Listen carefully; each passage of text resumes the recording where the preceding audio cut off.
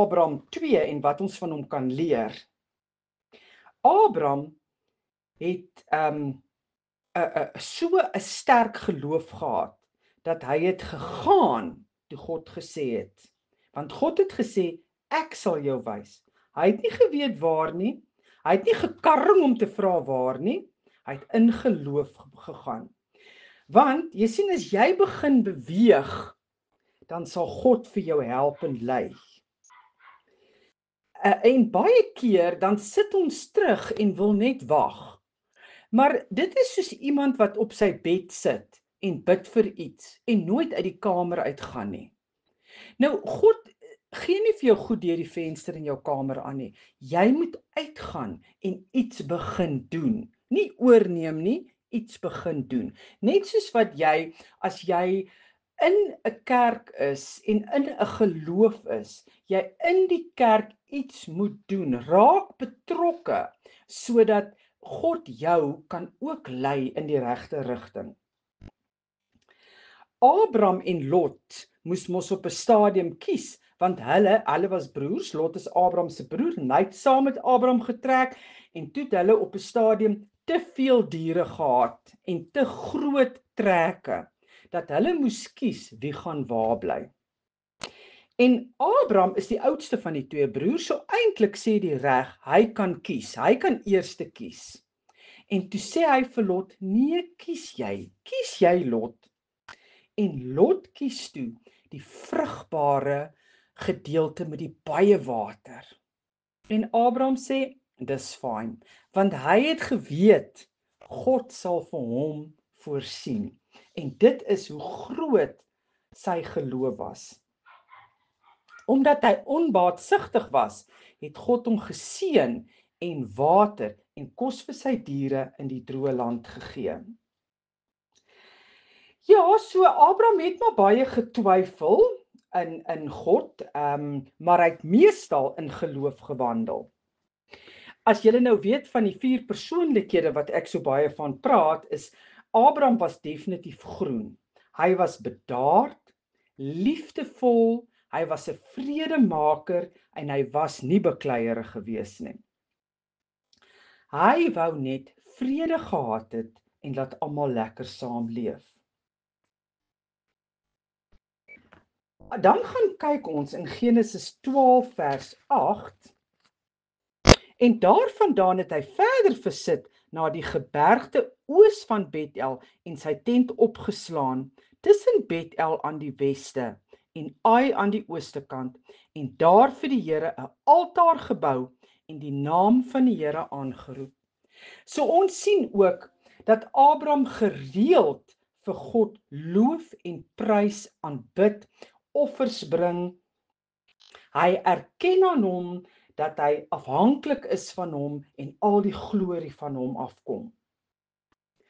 In Genesis 14 vers 20 lees ons vir die eerste keer van 'n tiende en ons lees van Abraham wat sê, en geseënd is die Allerhoogste God wat u vyand in u hand gegee het, toe gee hy hom die 10de van alles. Nou, vir wie hy dit gegee het is Melchisedek, wat ons later in die Bybel van lees. Ons kan nie nou te diep daarin gaan nie, maar dit was die koning van Salem gewees en dit was 'n priester van God. En Abraham het sy 10de aan hom gegee. So hier lees ons die eerste keer in die Bybel dat iemand 'n 10de gee en dit is Abraham en dit is hoe hy dan vir God verheerlik vir alles. Dan sien ons ook dat Abraham baie gasvry was. Hy het, onthou jy, hy die vreemdelinge in sy tent dan geontvang en hy het altyd vir hulle kos gemaak en hy was baie gasvry teenoor ander mense gewees. Abraham het definitief uithou vermoë gehad. Kyk, as jy nou kyk net hoe lank het hy gewag vir Isak, maar Abraham het aangehou. Ek dink Abraham was 100 en Sara 90 of so ietsie gewees. In Genesis 18 vers 23 sal u ook die regverdige saam met die goddelose ombring. Hier is ons nou daar waar God sê, Hy gaan Sodom en Gomorra vernietig. En die heeltyd pleit hy by God vir die sondaars. Hy pleit vir die klein bietjie gelowiges wat daar mag wees. En hy maak die kringetjie al kleiner en sê vir God, kyk asseblief, al is daar net so min gelowiges, spaar hulle. Want Abraham het gekyk na die hart van die mense, soos wat ons ook behoort te doen, na ander mense se harte te kyk. Hy het God se eer probeer beskerm en as intercessor ingetree tussen God en hierdie handjievol gelowiges van Sodom en Gomorra. Want dit was vir hom belangrik, die mense gewees.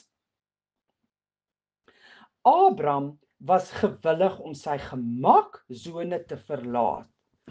Hy het heerlik geleef in sy pa se huis, maar hy het geluister, hy was gehoorsaam, hy het sy familie agtergelos en hy het met vreemdes begin praat en getrek en God se stem gehoor. Onthou, God is nie wraaksugtig as ons foute maak nie. Hy's genadig. Toe Abraham die fout maak met Hagar en Ismael kry, het God nie gesê, "Wel, dis nou jou probleem daai nie." God het vir Ismael geseën. So God is ook genadig teenoor mense wat verkeerde dinge doen, wat dalk nie 100% Christene is nie, want dis God se hart. Abraham wou nie altyd net die beste vir homself hê nie. Hy het nie sy eie belang eerste geplaas nie. Hy het geweet, as hy kyk na ander mense en vir hulle die beste gee, sal God op die regte tyd, op die regte plek vir hom seën. Abraham was beslis baie vrygewig gewees. Hy het God se geld in geloof en vertroue bestuur. Hy het sy 10de gegee en dit was dit. Want sy hart was goed gewees. Kom ons kyk na Genesis 15 vers 1. Na hierdie dinge het die woord van die Here tot Abraham gekom in 'n gesig en gesê, "Vrees nie, Abraham, ek is vir jou 'n skild en jou loon is baie groot." God se manier is nie onsse nie. Ons kan nie vir God help nie. Onthou julle toe vir Abraham vir Isak moes gaan offer het? By the way, ek glo Isak was daai tyd 'n tiener gewees, dat Abraham gesê het, "Ja, kom ons gaan." Maar hy het nie getwyfel dat hy dit moet doen nie. Hy het geweet God gaan nie die uitkoms gee. Hy is net gehoorsaam. Hier op die aarde kry ons net klein puzzelstukkies en dit moet in mekaar gesit word. En eendag in die hemel gaan God vir ons die groter prentjie wys. Mag jou geloof help, Abraham se storie. Ek hoop dit seën jou en dit voed jou sodat jy 'n groter mens in God kan wees.